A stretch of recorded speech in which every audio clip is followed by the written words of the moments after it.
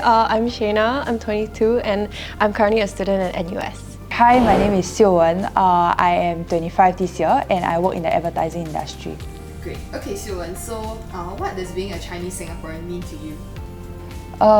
For me, I think being a Chinese Singaporean is very much tied back to my family. We use primarily Chinese at home, so a lot of my English education was obtained from my own socialization in school. So being Chinese Singaporean to me includes a lot about keeping the heritage, the use of the language, as well as the participation in the cultural stuff and religious activities. Well, I think being a Chinese Singaporean, I actually don't really feel that attached to my Singaporean Chinese identity. It's not something that I usually think about, but I guess it's something that is very pervasive because, you know, most of the people around me are Chinese Singaporean.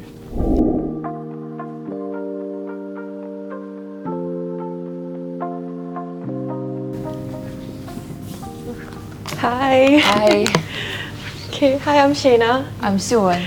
Okay, so nice to meet you. Nice to meet you. Okay, so according to this lovely card here, you are an influencer on Chinese social media platforms like Douyin and Xiaohongshu, which is very, very cool, with a total of more than 70k followers. And you are also the Singapore's champion and representative for the 18th Chinese Bridge Chinese Proficiency Competition. That's very, very cool. Thank you. I actually wouldn't call myself an influencer. Usually when people are like, oh, are you an influencer? Then I will prefer the term content creator because I think my influencing effect is quite limited. Yeah, and then just to share a bit about the competition, it was when I was in my third year of uni. I was nominated by the school to join this. They didn't tell me it was gonna be. They didn't tell me it was gonna be Beijing. They told me, oh, it's gonna be like a casual thing in NTU. Somehow I ended up winning that one, so I got sent to Beijing. Actually, I think a representative from every country came and. Oh, no way. Yeah, that was super. Like, it's a core memory for me. I think it was a once in a lifetime opportunity. Like everyone gathered together for the shared passion for a language. Yeah. Very cool. So enough about me, Shaena. So you grew up in Shanghai for 10 years before returning to Singapore. Yes. How was that like? Very jarring because I come from a very, very privileged background. So when I was in China, while I spoke a lot of the language and most of what I talked to with my friends is all in Chinese, it was still an international school. So like the language of instruction, a lot of the teachers I spoke to were in English. So when I came back, the culture was a big thing. It's a very big shock because you come from a more diverse place and then you come into Singapore where it's mostly people who kind of already have those that Singaporean identity and they kind of have that cultural knowledge and background. But for me it was a bit of a jump. And what was surprising to me was that when I was in Shanghai, my parents used to tell me that, oh, Singapore, people always spoke like 2 languages, like bilingualism, slay. But I think most of my friends didn't talk to me in Chinese. So as a result of that, I kind of lost it. So I thought that was a very interesting culture shock for me. Yeah. I see. So at approximately secondary school or high school do you return to Singapore? Secondary school. Secondary school. So you took O-level, A-level here? Yes. Oh, cool. Yeah. Cool. You must have did well for Chinese. I did. You did? But A-levels I did not. I see, I see. Were you in the Singaporean system for the entire duration? I was, and I completely get what you feel about that because my family spoke in Chinese. So growing up, I see myself speaking Chinese a lot better than my English. But when I was in school, I was often made fun of for outperforming in Chinese class. You know, in Chinese class, there's this thing where if your composition is well written, then the teacher make you stand up and read it. Oh my god, yes, So, exactly. after a few times of doing that and end up being Chinese rap and stuff, and slowly you start to realize that people's your peers, their voices change or they start laughing or sniggering when you stand up to read your compos. So slowly and also I was young and I was subjected to all these peer influences. I had a very long period where I didn't know what to do with my identity. So I tried to tone it down. I tried to write. My grades started falling for Chinese, but it was intentional so that I don't poke out like a sore tongue to, yeah, so it was, like I completely understand how you feel about that as well. Like your friends not speaking in Chinese. It's not really not about just Chinese, but I guess again we are Chinese, so we are a bit more privileged than the other minorities in Singapore. But it's about how the whole collective group and how we are supposed to fit into the norm. I wanted to get Chinese and the whole Chinese language out of my life as quickly as possible. When I'm at home, I started to speak in English to my sibling, and I think this hurt my parents a little because to them their English was not strong, and it felt like I was cutting them out from my life. But I just didn't want to. Like I just felt a lot like I was being perceived as foreign and being uneducated when I don't speak in proper language. So I became very determined to brush out my English. And then when I got into university, I think this thing really distanced my relationship with my mom, because she was the one who all her education was done in Chinese. So when I was younger, the reason why I was strong in Chinese because she would, in her capability, she would teach me how to read in Chinese, how to the kind of books that she enjoyed. So that was the kind of material that I grew up with. And I thought that we had a very strained relationship then, and we were not as close as before. I didn't share things to her as much as before, and the whole language thing as well, and me finding my own identity.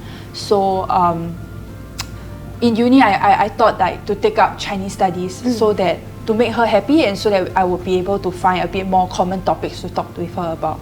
So I took up Chinese studies, and that's when I started to rethink this whole thing about what it means to be Singaporean Chinese. Why couldn't we be more inclusive in terms of the way we sound when we speak Chinese, the way we uphold ourselves? Like if I could speak Chinese in a proper way, or like with a proper pronunciation without needing to squeeze in las and los, like why do I feel compelled to? Is it because the whole everyone's doing it like this, so I feel like I have to fit in to not poke out, or is it because like I really needed to use it as a term of expression? So that's when I start to think a bit more deeply about these things. Then I started to realize that actually language is just a mode for me to express who I am and what I'm thinking about. So it's okay to be different as long as you are genuine. You're not like faking a certain type of accent. That's really the way that you will pronounce certain things in certain scenarios. Even with your friends, did you manage to speak Chinese then, or was it like purely in an academic sense where you felt like you had to like tone it down? With my friends as well, I guess everything was tied together, because when you are that young, I think none of the kids really had bad intentions, but then it's just a way that they thought that it was different. Was funny. Yeah, it was funny. So they started saying things like, "Oh, you are from China," and then I had to constantly prove my Singapore identity. So that was when I started to think a lot about like how do I be Singaporean? Like what does it mean to be Singaporean Chinese? Do I have to predominantly use the English language and then just like, you know, indulge in more food, more like cuisine, but that's how being Chinese Singaporean is. So I did struggle with that for quite a long time, and the 13-year, 14-year me would never dream of posting videos of myself speaking in proper Chinese on social media. So came a long way in terms of how this whole self-search for identity. It's like the character development. Yeah, the character, the main character arc.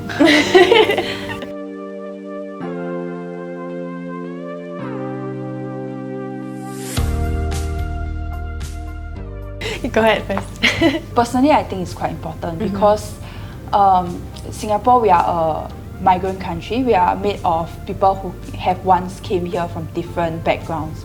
I think it's quite important to be in touch with our roots. Of course, I am all for putting Singapore before our ethnicity. Like I will always tell people that I'm a Singaporean Chinese, but being Chinese is a lot about being knowing where you come from, what you are inheriting from the culture. So a lot of it is the poems, all the literacy legacy that's left behind for us, and we are also supposed to inherit this. And this is something that I've been reflecting on quite a bit since I went for my exchange.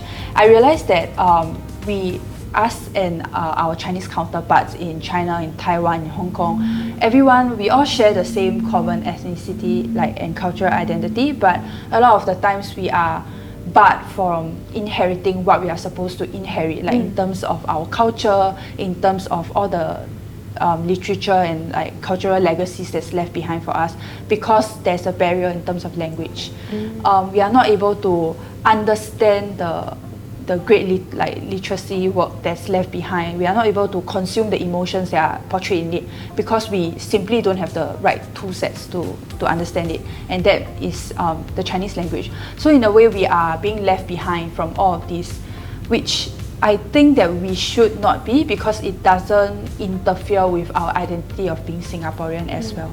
So I think it's quite important to retain these dialects. Chinese language.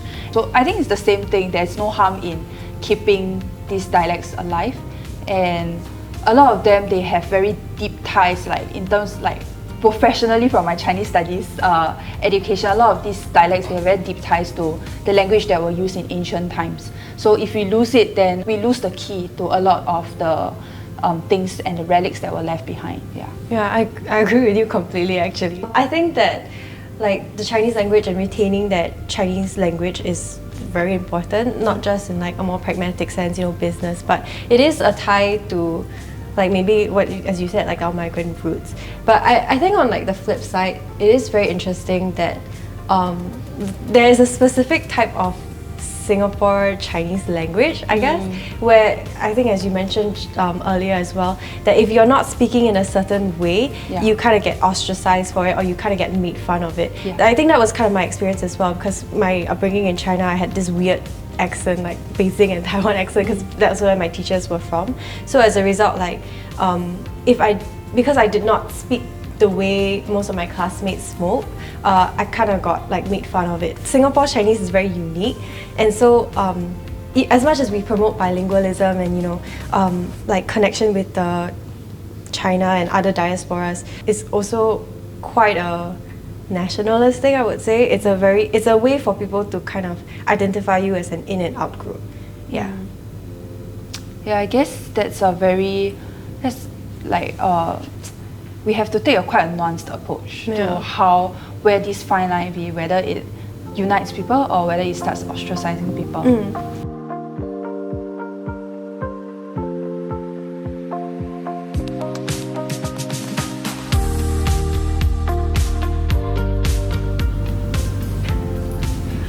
Oh, very deep question. Yeah, man. I think definitely Chinese, the language itself is a very important indicator of culture. But one thing that I am personally very proud of, even when I travel through China as a Singaporean Chinese, is our ability to retain culture.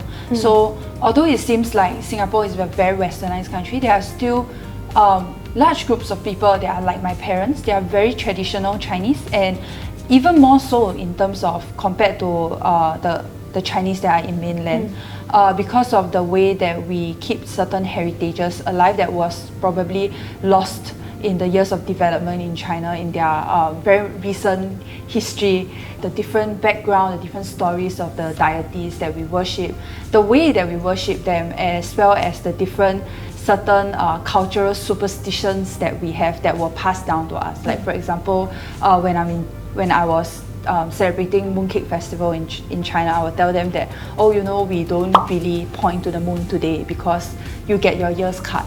And I was met with a lot of confusion, so I had a lot of fun explaining that we have all these different customs in Singapore and how it was like passed down to us by our forefathers. Yeah, like you said, it is an important indicator, but personally, because I can't speak it very well, I would say that my identity comes from elsewhere. So maybe like enjoying the food, like interacting with people. I think that it's an important indicator, but for people like me who perhaps come from like more Western backgrounds, it's very hard for it to be the main indicator.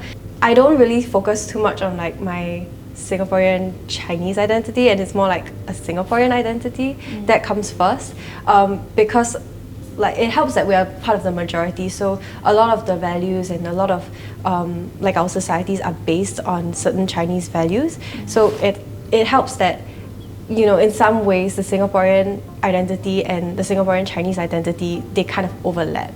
It's true, because we are majority, a lot of what is the mainstream are decided by the dominant. the dominant group. So a lot of what what people think of as the Singapore identity might be actually what is a Chinese identity. Yeah, but it's also imposed onto other groups of minorities. Yeah, for sure. Yeah.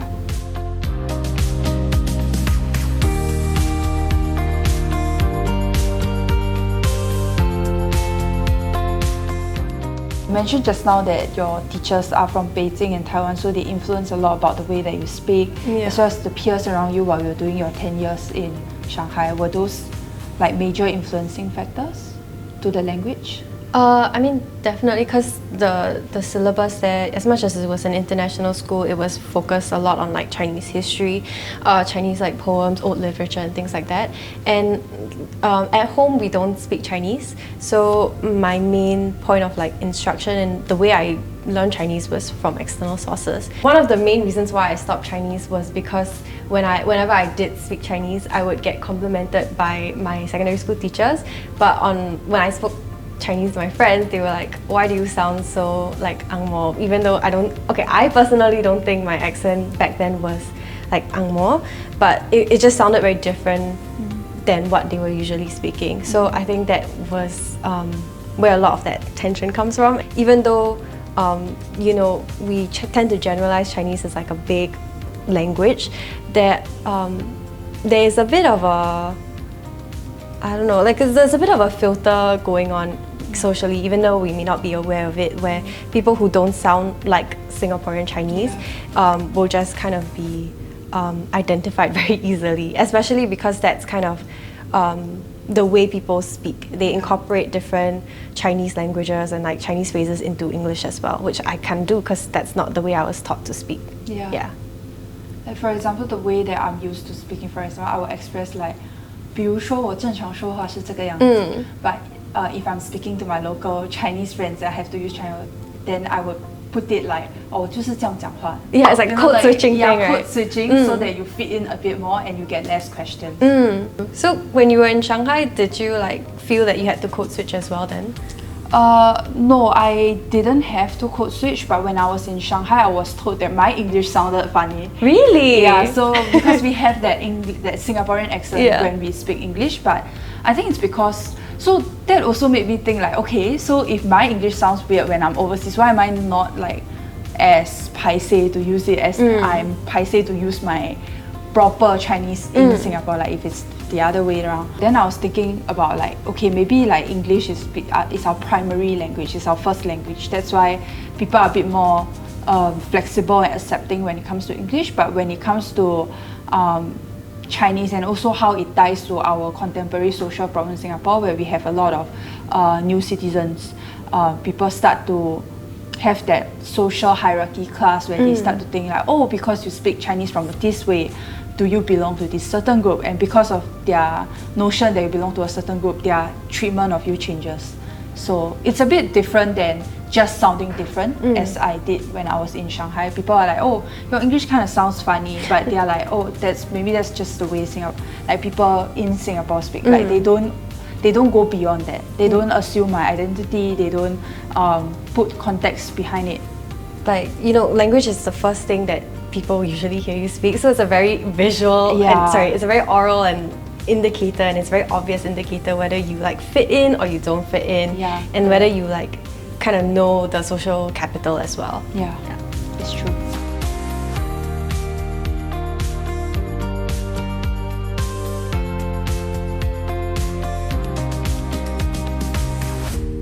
Have you visited the Chinese Culture Center? It's this exhibition about the Singapore identity. They made it really super fun and with a lot of neon lights and stuff, and very interactive as well. Cool. You can vote on the different parts that you identify with. Yeah, so I think these approaches to reviving Chinese is something that's commendable. It's a modern approach to a problem that has been around for a while already. I think it's a lot better than just forcing Chinese into the curriculum. I think people won't use a language or won't identify with something if they are not proud of it. They might feel that it's not necessary, or they didn't want to pick up Chinese as well because they don't want to be lumped together with another nationality.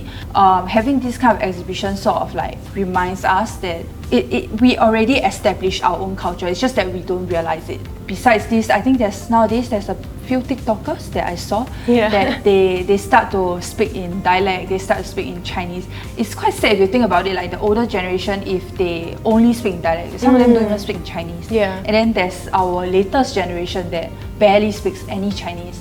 There's like they can't communicate at all, and then that older generation sort of just gets forgotten, left behind. Like, so with these new youngsters, they are even younger than us, I think. They are starting to promote the use of dialect. There's another benefit that is more than just like our own one, like personally, like for our own personal growth. Like for the whole society, the older generation being able to touch base with the younger generation really like makes the society a lot more cohesive. So it's very interesting that the solution for you would just be to kind of incorporate more like bottom-up approaches where like people kind of take to social media to like advocate for like the return of certain languages and whatnot. Other than that, I feel like there is a bit of a self-selection bias, at least to me, because people from perhaps my background perhaps wouldn't want to find out more or wouldn't actively go out of their way to like find out these, like the existence of these very, very important exhibitions that hold this heritage, because in the first place it may not be something that we actively consider in our everyday life. Having people on the ground and like, you know, young people conveying the message that using Chinese and using dialects is okay and it's not as like, it shouldn't be a social stigma. I feel like a lot of language policies that like the Singapore government has always been very top-down. So for instance, like the dialects kind of fading out of existence was in part because of a campaign that they did, right? So I feel like as a result of that, there's a class stigma attached to it. So for instance, if you can't speak English and you can only speak dialect or you can only speak Singapore Chinese, you're viewed in society as like maybe a blue-collared worker or like someone who is not educated, which is not true at all. But it's something that is a stigma very pervasive in society. So I think that it would certainly help alleviate that and encourage young people to maybe embrace their identity rather than like shun it. So Shaena, thank you for the conversation earlier. What have you learned, or did your perspective change or anything?